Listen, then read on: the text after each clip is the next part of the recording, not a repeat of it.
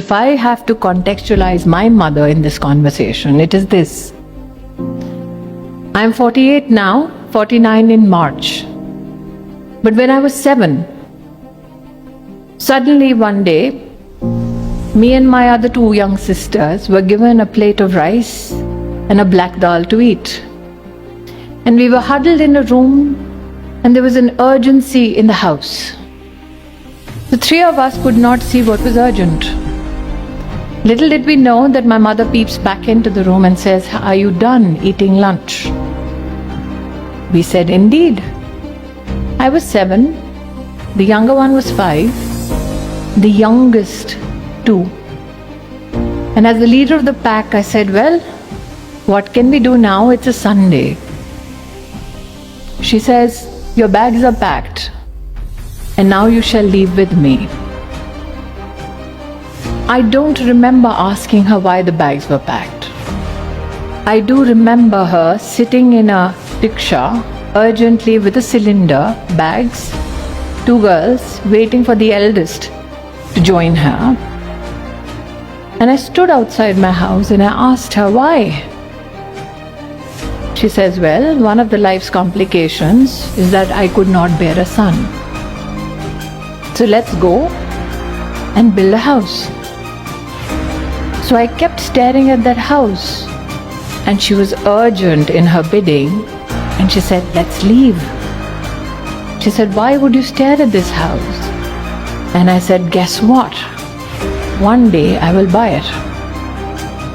Now imagine for a 30-something woman 41 years ago thinking of a 7-year-old daughter and not knowing what the future holds for her.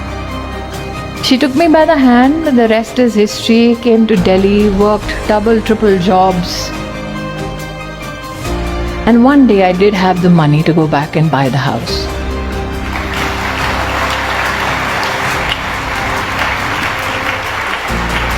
So I stood in front of it and I called her.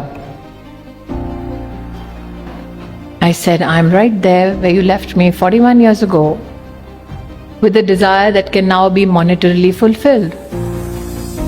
And as mothers are wise and get wiser with age, she said, "Honestly, tell me, do you still want to buy it?"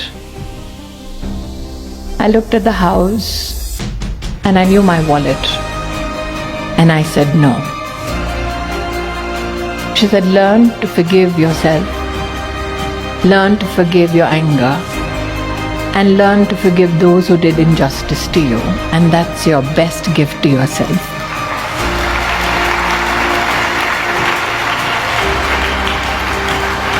So if you have to be just me,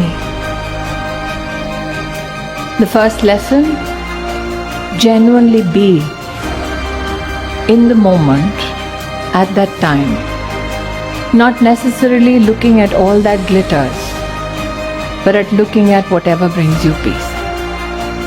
Be it a cherry blossom in Japan or in Bengaluru. Just be.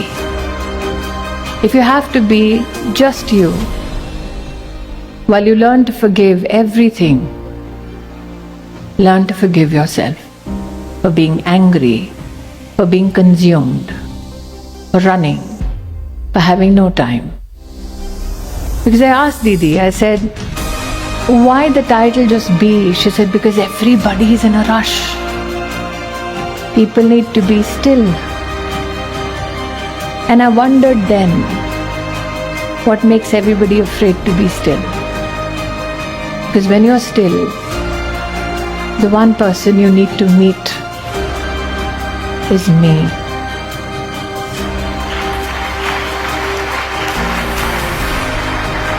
So Miss Abe, I never imagined I would be on a stage where I would make you cry. That was not my intention. But let me say this. When I see you, I see the cherry blossom. So just be, because that's the best gift you can give yourself. Be shy, be adventurous, be tenacious, be you.